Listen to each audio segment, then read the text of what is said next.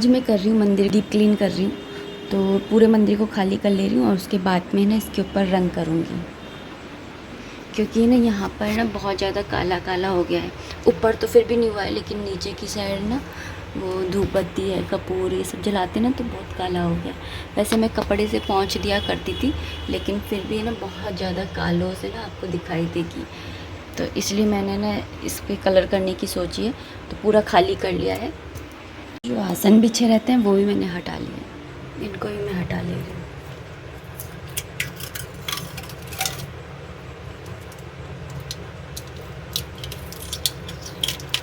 Good morning everyone, नमस्ते, राधे राधे। कैसी हो आप सब? उम्मीद करती हूँ अच्छी होगी, खुश होगी और बिल्कुल मज़े में होगी। तो आज है फ्राइडे का दिन और मेरे को है ना यही दिन मिलता है जिस दिन मैं ना सफाई कर सकती हूँ या कलर वगैरह जो भी मुझे करना है मैं कर सकती हूँ, क्योंकि इसी दिन मैं कलश को उठाती हूँ। इसलिए तो मैंने सोचा कि मैं वेट ही कर रही थी जब शुक्रवार पड़ेगा तो मैं करूँगी। वैसे मैंने सोच रखा था कि नवरात्रों से पहले ही कर लूँगी, क्योंकि जितने भी फेस्टिवल्स होते हैं माता रानी आएंगी तो मंदिर साफ़ होना चाहिए, लेकिन मैं ऐसा कर नहीं पाई ड्यू टू पीरियड्स। तो फिर मैंने सोचा कि चलो अब भी देर नहीं हुई है, तो नवरात्रि की जैसे ही ख़त्म हुए वैसे ही मैंने ना यहाँ की डीप क्लीनिंग स्टार्ट कर दिया।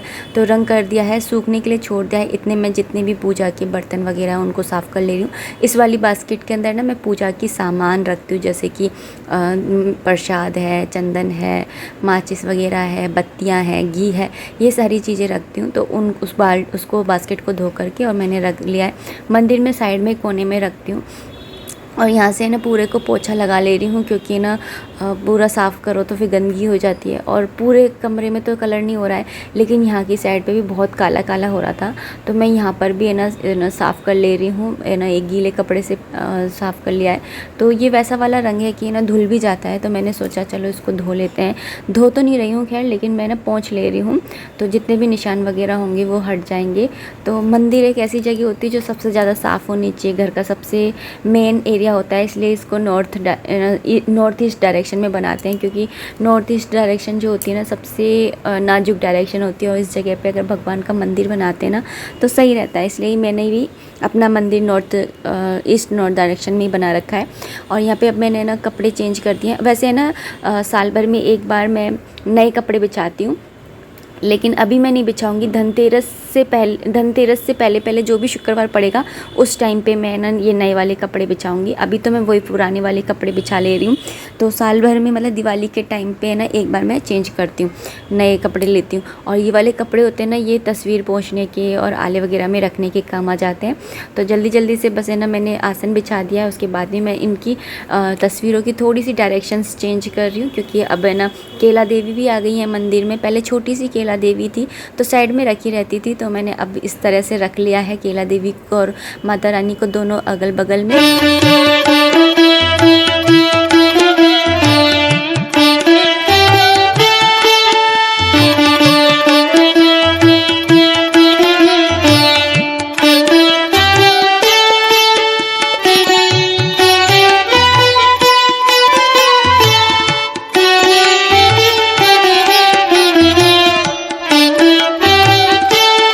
ये तिरुपति बालाजी हैं जो मम्मी तिरुपति जी से लाई थी, और शंख की स्थापना करती है और वो दाहिने हाथ में रखते हैं लड्डू गोपाल जी के।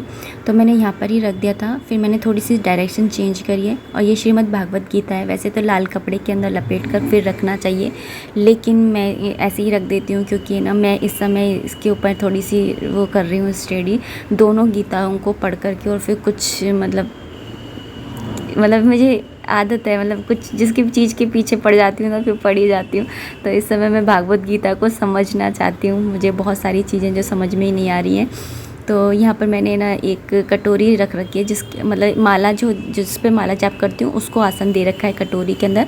और ये घंटी है यहाँ पर इसकी छतर की, तो ये मैंने निकाल दी थी, क्योंकि लड्डू गोपाल जी को निकालते समय ना इसके अंदर से वो भिड़ती थी और लड्डू गोपाल जी के चोट ना लग जाए, इसलिए मैंने ये निकाल दी थी।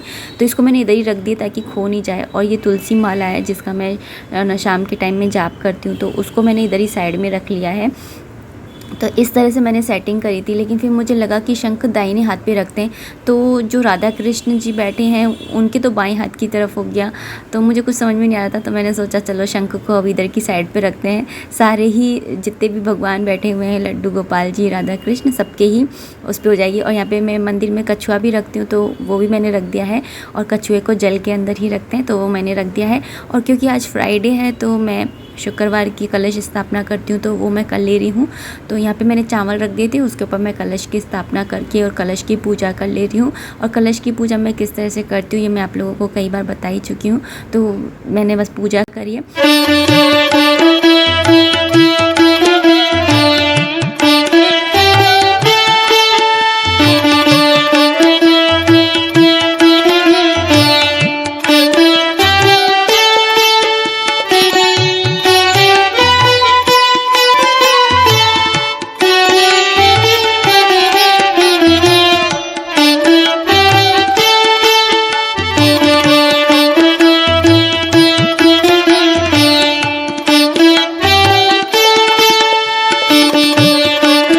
और आप लोग बताइएगा कि अब मंदिर कैसा लग रहा है और कुछ कमी तो नहीं है ना, क्योंकि आप लोगों के कमेंट से मुझे काफ़ी कुछ सीखने को मिलता है। आप ज़रूर से बताइएगा कि क्योंकि कई लोग बोलते हैं, मतलब एक कमेंट आ रहा था कि ना भगवान भोलेनाथ को इस डायरेक्शन में नहीं रखते, तो क्या मैंने अब सही डायरेक्शन में रखा है ये भी बताइएगा।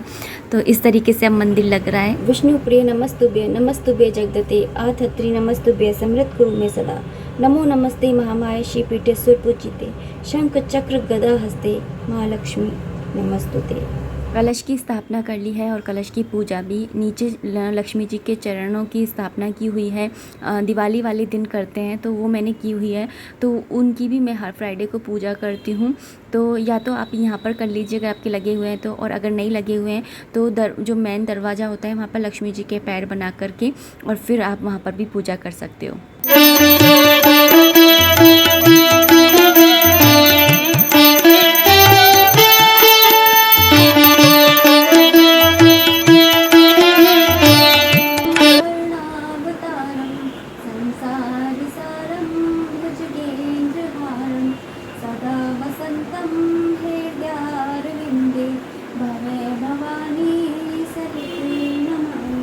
अच्छा, पूजा तो हो गई है, कलश की स्थापना भी हो गई, और अभी मैं यहाँ पर ना हस्बैंड जी के कपड़ों पे प्रेस कर ले रही हूँ, क्योंकि आज मुझे ये सब कुछ करते हुए बहुत टाइम लग गया, क्योंकि रंग करो फिर उसका सुखाने में, इन सब में बहुत ज़्यादा टाइम लग गया।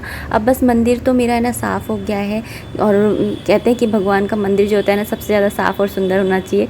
तो सुंदर तो जहाँ भगवान की प्रतिमा रख जाए वो अपने आप ही जगह सुंदर हो जाती है, और साफ़ करना हमारी जिम्मेदारी है। तो मैंने साफ़ कर दिया, और सुंदर के लिए ये है कि मेरे पास है ना कुछ फूलों की माला रखी हुई है, तो मैं उसको लगा दूंगी मंदिर पे, तो और ज़्यादा सुंदर लगने लग जाएगा मंदिर। लेकिन उससे पहले मैं यहाँ पर खाना बना ले रही हूँ।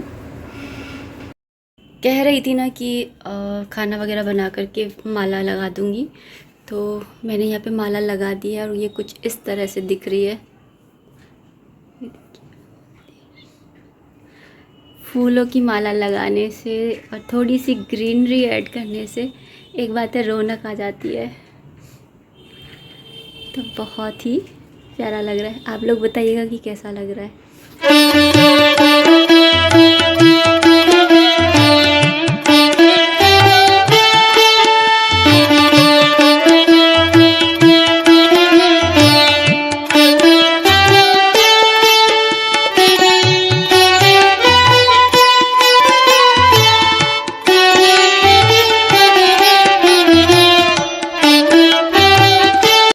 कभी कभी ना बहुत ही ज़्यादा हेक्टिक डे हो जाता है। आज है ना नहाते नहाते ही ना 8 साढ़े 8 बज गए, क्योंकि आज मैंने वॉशरूम नहीं सॉरी बाथरूम साफ़ किया, पूरी टाइलें वगैरह ऊपर तक जहाँ तक मेरा हाथ आ रहा था तो वहाँ तक पूरी टाइलें साफ़ करी। और फिर उसके बाद में नहाते नहाते मुझे 8:30 हो गए। फिर उसके बाद में अंदर आकर के मंदिर की सफाई करी, रंग करा, उसको सूखने दिया, फिर सारे बर्तन अच्छे से साफ़ करके उनको लगाया, फिर कलश की स्थापना, ये सब कुछ किया। सच में लिटरली मुझे ना 10:30 बज चुके थे यही सब करते करते। फिर उसके बाद में आज है ना भगवान जी को ना भोग भी, लड्डू गोपाल जी को दूध 10:30 बजे लगाया मैंने। फिर उसके बाद में मैंने खाना वगैरह बनाया, थोड़ी बहुत क्लीनिंग जो करती हूँ वो करी, बेडशीट वगैरह चेंज करना, ये सब कुछ। आज पूरा दिन ही हो गया काम करते करते खड़े खड़े, अब होते ही नहीं बन रहा है। तो मैंने सोचा कि खिचड़ी बना ली जाए। खिचड़ी ना हस्बैंड जी को भी पसंद है और सिंपल और सोबर, ज़्यादा ताम झाम करने की भी ज़रूरत नहीं पड़ती है। तो खिचड़ी बना ले रही हूँ और